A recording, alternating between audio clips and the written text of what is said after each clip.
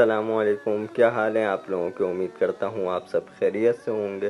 تو دوستوں، میں ہوں علی صدیقی اور ویلکم کرتا ہوں آپ تمام دوستوں کا منشا ٹی وی پر۔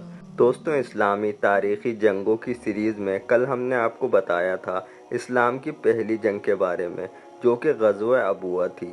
اس سیریز کو آگے بڑھاتے ہوئے آج ہم آپ کو ایسے ہی اور جنگوں کے بارے میں بتاتے ہیں۔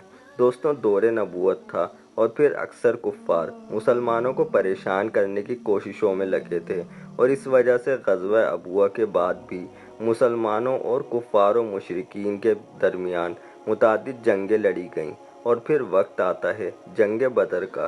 دوستوں، ہجرت مدینہ سے قبل ہی مکے کے سردار مسلمانوں کے مخالف تھے، تاہم مکہ اور مدینہ کے درمیان جنگ کی فضا بننے میں ایک سے زیادہ عوامل شامل تھے۔ رجب 2 ہجری میں مکے کا ایک سردار عمرو بن الخزیمی مسلمانوں کے ہاتھوں قتل ہوا تو پیغمبر اسلام نے مقامی روایات کے مطابق اس اتفاقی قتل کا خون بہا ادا کر دیا، لیکن مکے میں مقیم سرداران قریش اس قتل پر مشتعل ہو گئے۔ ایک واقعہ شعبان 2 ہجری میں پیش آیا، جب قریش کا مال و دولت سے لدا ہوا ایک قافلہ شام سے مکے آ رہا تھا۔ جب یہ افواہ پھیل گئی کہ مسلمان اس قافلے پر حملہ کرنا چاہتے ہیں، اس قافلے کا سردار ابو سفیان تھا، جس نے مکے کی جانب ایک قاصد دوڑایا، جس کے جواب میں مکے سے اہل قریش کا ایک قافلہ ابو سفیان کے قافلے کی مدد کے لیے مدینہ کی جانب روانہ ہوا۔ دائرہ معارف اسلامیہ کے مطابق ہوا یوں کہ شام سے واپس آنے والا یہ قافلہ بخیر و عافیت مکہ پہنچ گیا۔ اب ہونا تو یہ چاہیے تھا کہ اہل قریش مدینہ کی جانب بڑھنے والے اس قافلے کو واپس بلا لیتے، مگر ابو جہل کے اصرار پر اہل قریش مدینہ کی جانب بڑھتے رہے اور 16 رمضان 2 ہجری کو بدر کے مقام پر خیمہ زن ہو گئے۔ ان افراد کی تعداد 900 سے 1000 کے درمیان بتائی جاتی ہے، اور یہ تمام افراد اسلحہ بند تھے۔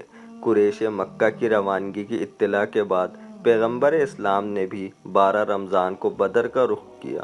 وہ 17 رمضان 2 ہجری کے مطابق 13 مارچ 624 کو 313 افراد کے ساتھ بدر کے قریب پہنچے۔ اس وقت بھی قریش کے چند سلجھو آدمیوں نے کوشش کی کہ جنگ نہ ہو، مگر ابو جہل کی ہڈرمی کی وجہ سے یہ کوشش کامیاب نہ ہو سکی اور مقابلے کے لیے صفیں بن گئیں۔ مسلمانوں کی صف بندی کے مطابق میمنہ کے سالار حضرت زبیر بن العوام اور میسرہ پر حضرت مقداد بن عمرو تعینات تھے، جبکہ لشکر کے سردار خود پیغمبر اسلام تھے۔ لشکر کے پچھلے حصے یعنی ساکہ کی کمان حضرت قیس بن صاصمہ کے سپرد تھی۔ فوج کا سب سے بڑا نشان یعنی پرچم حضرت مصعب بن عمیر اٹھائے ہوئے تھے۔ مسلمانوں کا حرف شناخت یا منصور الامت تھا۔ عرب دستور کے مطابق جنگ کا آغاز انفرادی لڑائی سے ہوا، جس میں قریش کے 3 جنگجو ہلاک ہوئے، اور پھر گھمسان کی لڑائی شروع ہوئی۔ لڑائی کے دوران ہی 2 نوعمر انصار لڑکے ماؤس اور معاذ نے مکے کے ابو جہل کو بھی ہلاک کر دیا۔ دوسری جانب جنگ کا پاسا مسلمانوں کے حق میں پلٹنے لگا۔ اگرچہ اہل قریش تعداد میں کہیں زیادہ تھے، لیکن انفرادی لڑائی کے بعد پیغمبر اسلام کے حکم پر مسلمانوں کے لشکر نے قریش پر یکدم حملہ کیا، جس سے جنگ کا نقشہ بدل گیا اور قریش کے لشکر میں بھگدڑ مچ گئی۔ اس دوران قریش کے کئی اہم افراد ہلاک ہوئے، جس کی مجموعی تعداد 70 تھی۔ ان 70 میں سے بھی 36 کو تنہا حضرت علی نے ہلاک کیا تھا۔ اہل قریش کے 70 افراد گرفتار بھی ہوئے، جن کے بارے میں فیصلہ یہ ہوا کہ ان سے 4 ہزار درہم فدیہ لے کر انہیں آزاد کر دیا جائے، اور جو لکھنا پڑھنا جانتے ہیں وہ انصار کے 10 بچوں کو لکھنا پڑھنا سکھائیں۔ دوستو، یوں کفار کو غزوہ بدر میں ایک عبرت ناک شکست ملی اور ان کے ہوش و حواس اڑ گئے۔ غزوہ بدر میں عبرت ناک شکست کے بعد مشرکین نے زور و شور سے تیاریاں شروع کر دیں۔ انہوں نے شام سے لایا گیا سارا مال مسلمانوں کے خلاف جنگ کی تیاری میں خرچ کر دیا۔ اس سارے مال کی مقدار 1000 اونٹ اور 50,000 دینار تھی۔ قریش کی فوج کی کل تعداد 3000 تھی، جس میں 15 عورتیں بھی شامل تھیں۔ ان عورتوں میں ابو جہل کے بیٹے اکرمہ کی بیوی ام حکیم، حضرت خالد بن ولید کی بہن فاطمہ بنت ولید اور حضرت ابو سفیان کی بیوی بھی شامل تھیں۔ حضور نبی کریم صلی اللہ علیہ وسلم کے چچا حضرت عباس رضی اللہ تعالیٰ عنہ جو اسلام قبول کرنے کے بعد ابھی تک مکے میں ہی تھے، قریش کی حربی تیاریوں پر نگاہ رکھے ہوئے تھے اور برابر نبی کریم صلی اللہ علیہ وسلم کو مطلع کر رہے تھے۔ قریش کے لشکر میں 3000 اونٹ اور 200 گھوڑے بھی تھے۔ سارے لشکر کے سپہ سالار حضرت ابو سفیان تھے۔ رسالے کی کمان خالد بن ولید کو دی گئی تھی اور اکرمہ بن ابو جہل کو ان کا معاون بنایا گیا تھا۔ لشکر کفار جب مدینے کے راستے ابوا کے مقام پر پہنچا تو حضرت ابو سفیان کی بیوی، جو اپنی صفاکی میں شہرت رکھتی تھیں، نے یہ تجویز پیش کی کہ نبی کریم صلی اللہ علیہ وسلم کی والدہ کی قبر اکھیڑ دی جائے، لیکن ایسا کرنے سے جو سنگین نتائج نکل سکتے تھے، اس کے خوف سے ہی اس کے قائدین نے یہ تجویز منظور نہ کی۔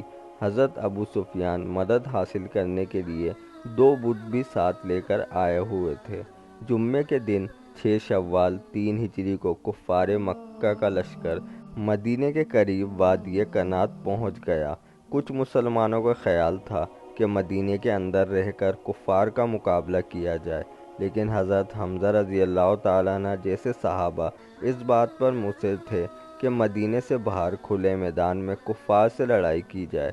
اس مشورے کو تسلیم کرتے ہوئے آپ صلی اللہ علیہ وسلم 2 زریں پہن کر اور تلوار کمر سے باندھ کر لوگوں کے سامنے تشریف لائے۔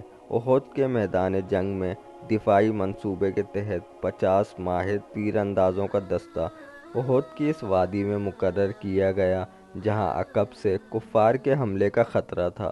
آپ صلی اللہ علیہ وسلم نے ان کو ہدایت کی کہ یہ جگہ خالی نہ چھوڑنا۔ دونوں طرف کے لشکر بڑی دلیری اور شجاعت سے لڑے۔